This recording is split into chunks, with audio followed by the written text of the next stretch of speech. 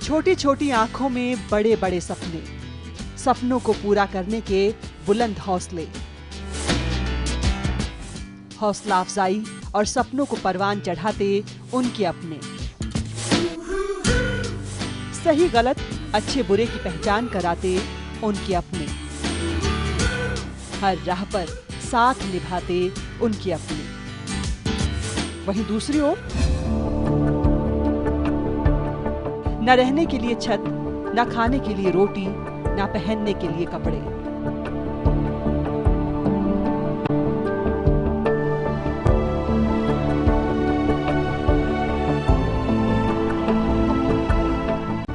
सर्दी, गर्मी, बरसात, हर मौसम में भूखे प्यासे अपने और अपने परिवार के लिए मजदूरी को बेबस ये मासूम।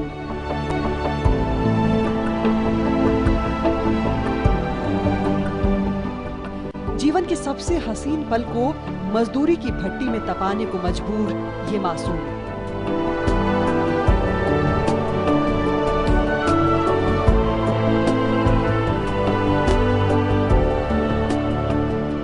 दुआ करो तुम खुदा से कि हम पे भी बरसे बारिश, ना सही कम से कम ठंडी हवाओं के लिए तो कोई ना तरसे। जिनका वर्तमान ऐसा होगा उनके भविष्य की कल्पना हम क्या कर सकते हैं। कई सालों के बाद भी बाल मजदूरी का ये अभिशाप हमारे समाज की आर्थिक और सामाजिक उन्नति में बाधा बना हुआ है।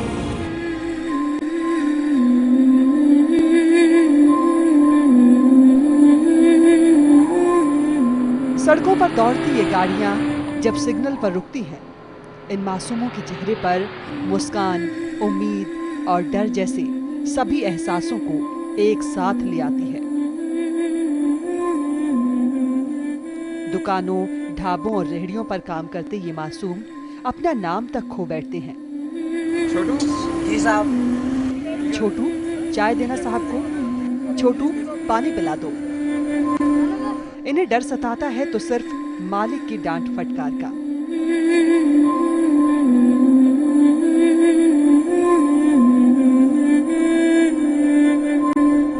लफ्जों के फसाने ढूंढते हैं हम लोग, लम्हों में जमाने ढूंढते हैं हम लोग।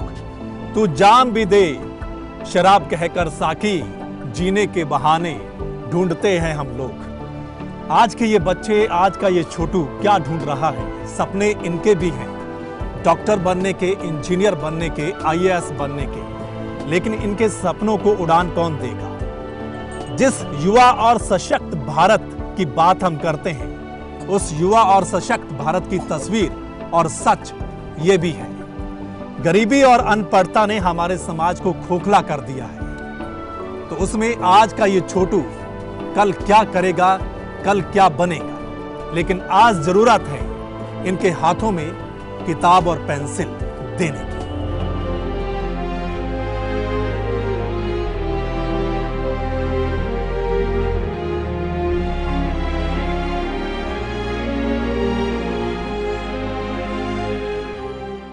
आज के इस आधुनिक युग में भी समाज के कुछ तबकों के लोग जितने हाथ उतने काम की सोच से अपना और अपने बच्चों का भविष्य अंधकार में धकेल रहे हैं।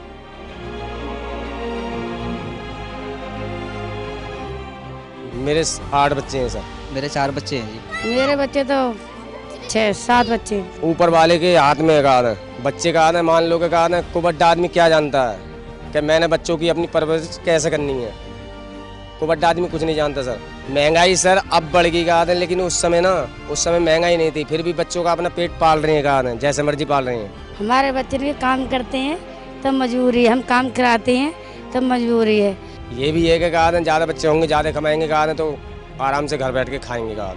खाने कमाने को पैदे कर रहे हैं, अपने खा रहे हैं, मौज ले रहे हैं, कमाएंगे खाएंगे, कोई टेंशन है नहीं।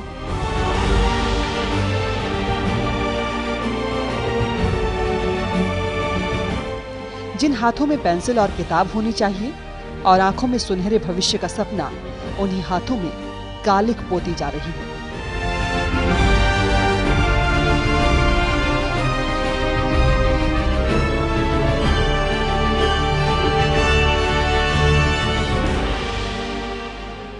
इसके चलते ये नादान अपना मासूम बचपन भी नहीं जी पाते और जीवन की जद्दोजहद से रूबरू होना पड़ता है।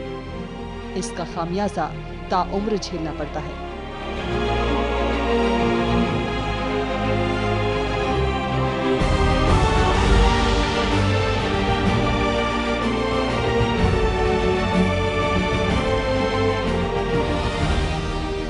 हमारे पढ़े लिखे और सजग समाज का एक पहलू ये भी है जो हमारे समाज की उन्नति में एक बहुत बड़ी बाधा है, जिससे पार पाना और जागरूकता लाना इस तेजी से बदलते समाज का एकमात्र विकल्प है। जरूरत है समाज के प्रति हर इंसान को अपनी जिम्मेदारी का एहसास होना।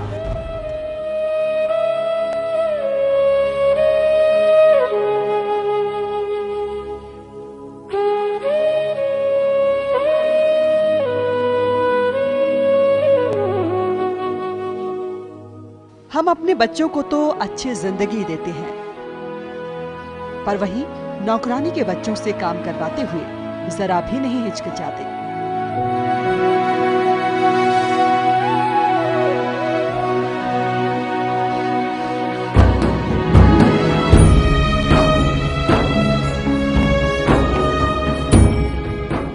हम मंच पर बाल मजदूरी को कलंक बताते हैं,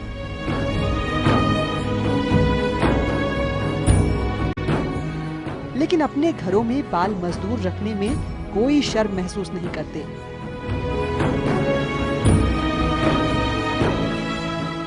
हम अपने बच्चों को तो आइसक्रीम खिलाते हैं,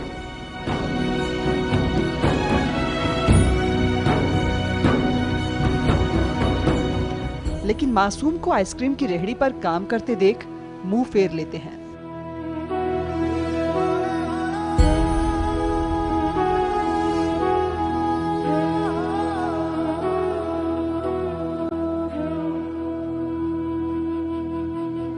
जब तक ये समाज का दुमुहापन खत्म नहीं हो जाता और जब तक इन मासूमों के अधिकारों को हम यूं ही नजरअंदाज करते रहेंगे, तब तक आर्थिक और सामाजिक तौर पर खुशहाल और सशक्त भारत का सपना कभी पूरा नहीं हो पाएगा।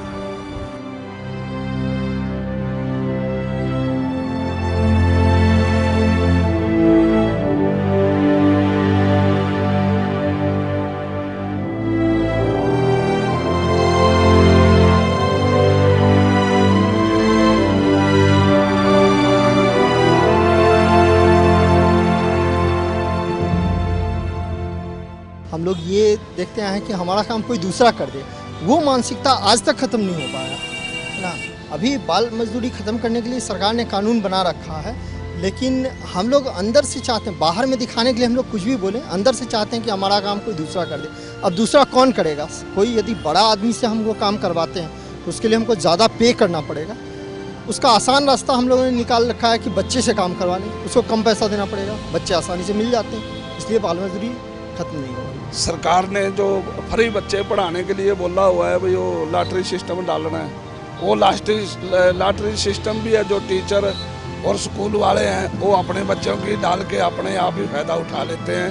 गरीबों को उसके अंदर कोई भी फ़ायदा नहीं मिलता और गरीब इस करके पीछे हो ही जा रहे हैं। ये सरकार ने बहुत अच्छा और बहुत अच्छी तरह कदम उठाना चाहिए।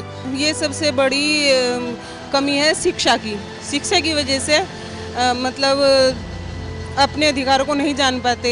जो लोगों को यहाँ पे लेबर चीप लगता है, इसलिए जो रिच पीपल है वो पुअर लोगों से काम करवाते हैं। देन जो लॉज हैं तो गवर्नमेंट को थोड़ा स्ट्रिक्ट होना पड़ेगा, जो पुअर बच्चे हैं उनको थोड़ा सा एजुकेट करना पड़ेगा। दुकानदार को लालच हो जाता है, वो ये नहीं देखता कि बाल मजदूर है जो भाई बिल्कुल अपराध है सरकार के विरुद्ध। सरकार भी जो है 2-4 दिन सख्ताई करती है, इधर उधर जाके देखती है, फिर जाके चुप हो जाती है। इससे बाल व्यवस्था पर भाई यानी पूरी तरह से सफल नहीं हो पाई। बाल मजदूर अभी भी दुकानों पर, कोठियों पर काम करते हैं क्योंकि उनकी तनख्वाह कम होती है, इस वजह करके वो बाल मजदूर रखे जाते हैं। सरकार इस बारे में अभी तक कामयाब नहीं हुई है। अगर सरकार चाहे तो बाल मजदूरों को अच्छे पढ़ाई के लिए भी लगा सकती है। इसमें एक तो गवर्नमेंट को थोड़ा सा सख्त होना चाहिए और एक पेरेंट्स को भी चाहिए कि अपने बच्चों को पढ़ाएं और उन्हें अच्छी एजुकेशन दे, ना कि उनसे बाल मजदूरी कराएं। कानून बनाए हैं जो सरकार ने, उनको अच्छी तरह लागू करे गवर्नमेंट, क्योंकि कानून तो बनाए गए हैं लेकिन बच्चे आज भी हम देखते हैं कि ढाबों पे और ऐसे सड़कों पे कचरा उठाते फिरते हैं बच्चे। जो भी पैसा आता है सरकार से, जो कानून लागू किए जाते हैं, जितना भी बजट आता है वो मतलब बच्चों तक पहुंच ही नहीं पाता कि वो उनके विकास के लिए यूज़ किया जाए, लेकिन वो बीच में ही सारा यूज़ हो जाता है। मतलब जो अधिकारी होते हैं वहाँ पे, एम्प्लॉयर्स होते हैं, गरीब लोग हैं, उनके एक तो बच्चे ज़्यादा होते हैं, गुजारा उनका होता नहीं, और इस गरीबी की वजह से उनको अपने बच्चों से बाल मजदूरी करवानी पड़ती है।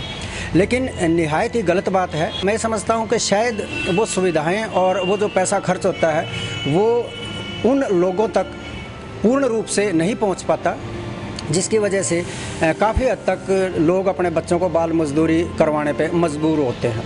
सरकार को कदम उठाना ये चाहिए कि वो जो कानून बनाया है उसका सख्ती से पालन हो। लोगों को में ये नैतिकता लानी चाहिए। हम लोगों को बचपन से पढ़ाई में एक वैल्यू एजुकेशन जुड़ना चाहिए कि हम लोग अपना काम खुद से करें और दूसरों से करवाएं नहीं। तो हमारी मानसिकता जब बच्चे से ये आएगी तब हम जब बड़े होंगे तो हम सोचेंगे कि नहीं, हमको अपने से काम करना है और हम बच्चे से कोई काम ना करवाएं।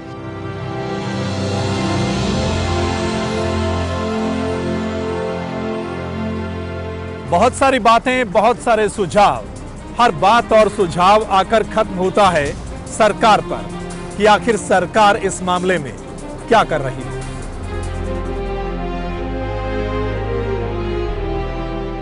बच्चों को जब से शिक्षा का अधिकार एक आया कि मुफ्त एवं अनिवार्य शिक्षा जो है वो जब दी जानी शुरू हुई, 1 से लेकर 8वीं तक, हर बच्चा जो है उसको एक सरकार की जिम्मेवारी बन गई है कि हर बच्चे को लेकर आएँ और जो ड्रॉप आउट बच्चे हुए हैं उनको भी लेकर आएँ और उनको पढ़ाई लिखाएं।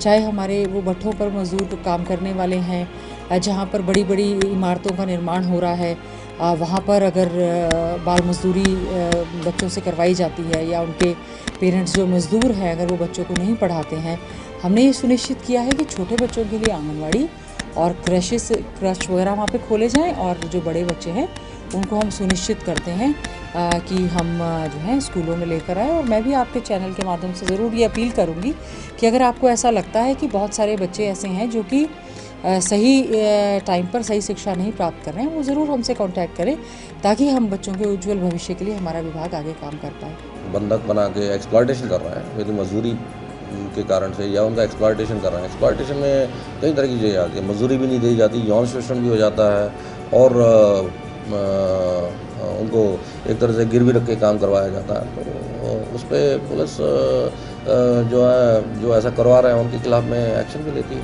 एक्शन लेगी। हमारा सामाजिक तौर से गिरावट है कि बच्चे से काम करवाया जाता है और माँ उसको इजाज़त देती है। ये गलत है, हम इसके विरुद्ध हैं और हम इसको पॉकेट वाइज अब देखेंगे कि कहाँ कहाँ है, उसको हम टारगेट करके करेंगे। पहले तो जनरल हर जगह करते थे, कुछ एरियाज़ जो बड़े बड़े थे उनको हमने समाप्त कर दिया, वहाँ पे बाल श्रम समाप्त कर दिया। लेकिन अब जो और एरियाज़ हैं अंदर, जैसे घरेलू लेबर है या कुछ और एरियाज़ हैं, उसको हम टारगेट करके ये प्लान है। अभी भी हमारा जो पखवाड़ा चल रहा है इसमें भी ये कोशिश है कि हम एरियाज़ टारगेट करके करें ताकि राज्य में पूर्ण समाप्ति, हमारा टारगेट है कि हमें बाल श्रम की पूर्ण समाप्ति करनी है।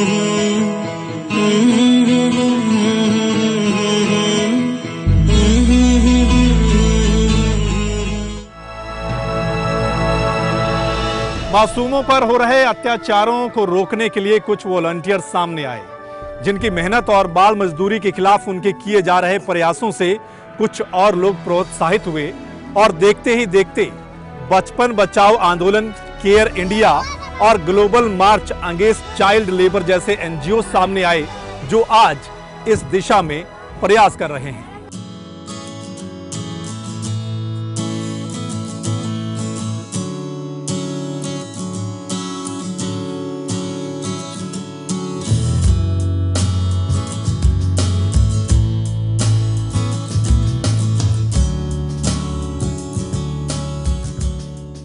ये संस्थाएं इन मासूमों की जिंदगी में एक नई उमंग और तरंग भरती हैं।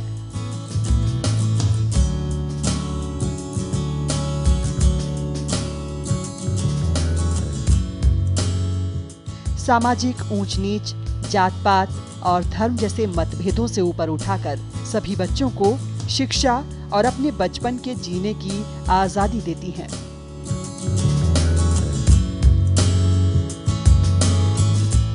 इन आंखों में भी सपने और उन्हें पूरा करने के हौसले पनपने लगते हैं।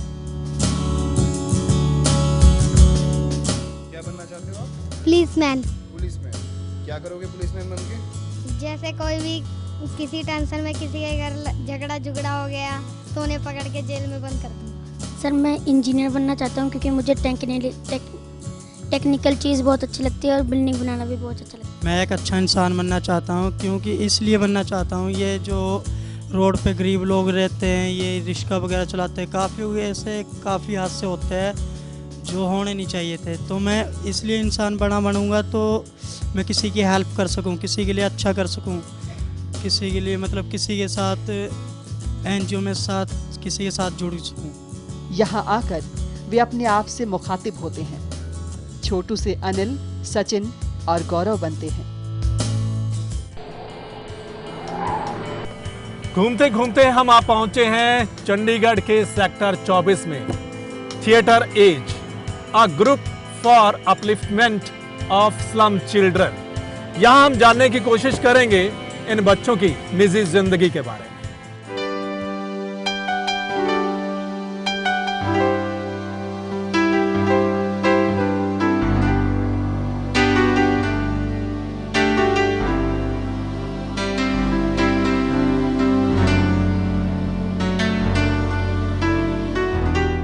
जब मैं इधर आया फर्स्ट टाइम, मैं 8th में आया था, तो 8th में जैसे मैं इधर आया तो मैंने स्कूल में सबसे पहले टॉप किया था। फिर 8th में मेरे 7 CGP आए थे।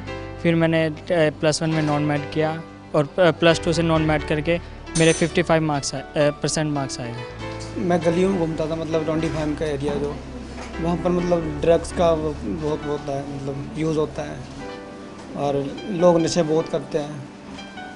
तो उस टाइम मैं भी मतलब अपनी मम्मी के साथ हाथ बटाता था रैग पैकिंग में। मम्मी तो रैग पिकर है, तो उनके साथ मैं हाथ बटाता था उस टाइम।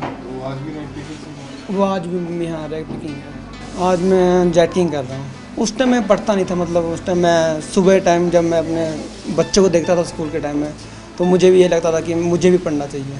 तो उस टाइम मुझे भी बड़ा अजीब लगता था कि ये पढ़ रहे तो मैं क्यों नहीं पढ़ सकता, तो मुझे भी बड़ा अजीब लगा। फिर मैंने अपने भाई को बोला मुझे कहीं स्कूल में मतलब ट्यूशन या कहीं में लगा दो। तो फिर मेरा भाई यहाँ पर लेके आया था। उस टाइम मतलब कुछ पता नहीं था, मैंने पहली बार देखा था कि पढ़ाई ये होती है नहीं।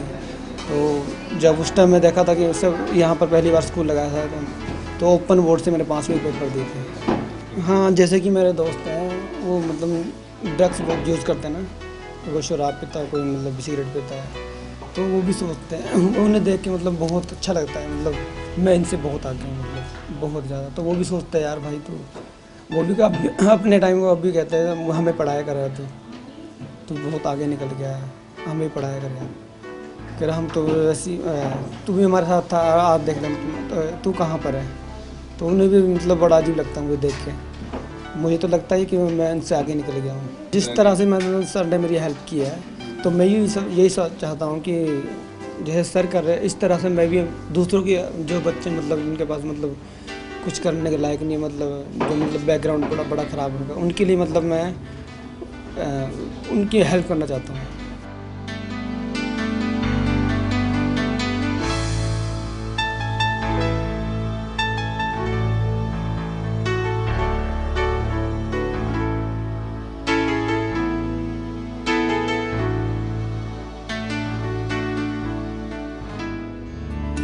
जुल्फिकार खान थिएटर एज के प्रेसिडेंट। आइए इन्हीं से जानते हैं थिएटर एज के सफर और चुनौतियों के बारे में।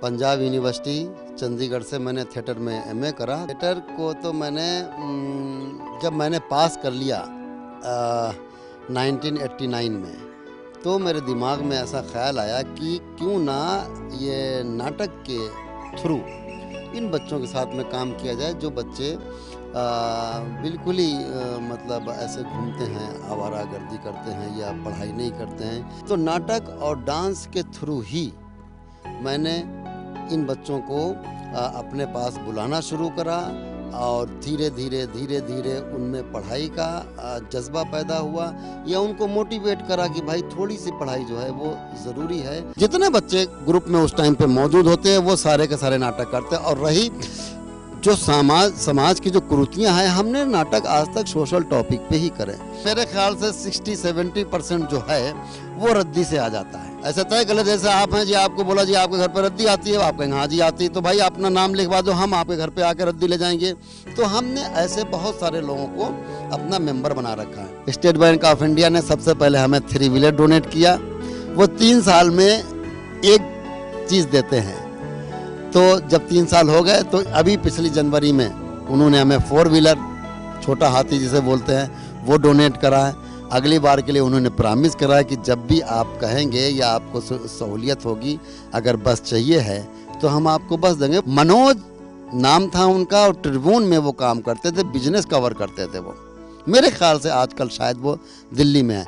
ये रद्दी का आइडिया उनका है। पहली बार 76 फ़ोन आए थे मुझे कि आप मेरे घर से रद्दी ले जाओ, मेरे घर से रद्दी ले जाओ।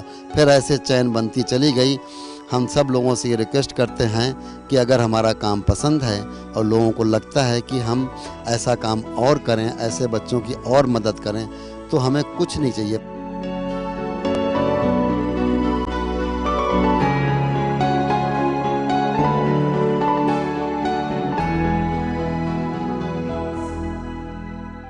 किताबें करती हैं बातें बीते हुए जमाने की, इंसान के आज की, कल की, एक एक पल की। जी हां, शिक्षा का अधिकार और शिक्षित होना हमें जिंदगी के हर रंग से जोड़ता है। आओ मिलकर लड़ाई लड़ें इन मासूमों के अधिकारों की। हम चाहते हैं कि इस देश में हर बच्चा पढ़े, कोई भी बच्चा मजदूरी ना करे, और जो बच्चे ने सपने देखे हैं उनको पूरा करने का अधिकार उनको भी है। इस खास पेशकश में इतना ही। नमस्कार, आदाब, सत श्री अकाल, राम राम।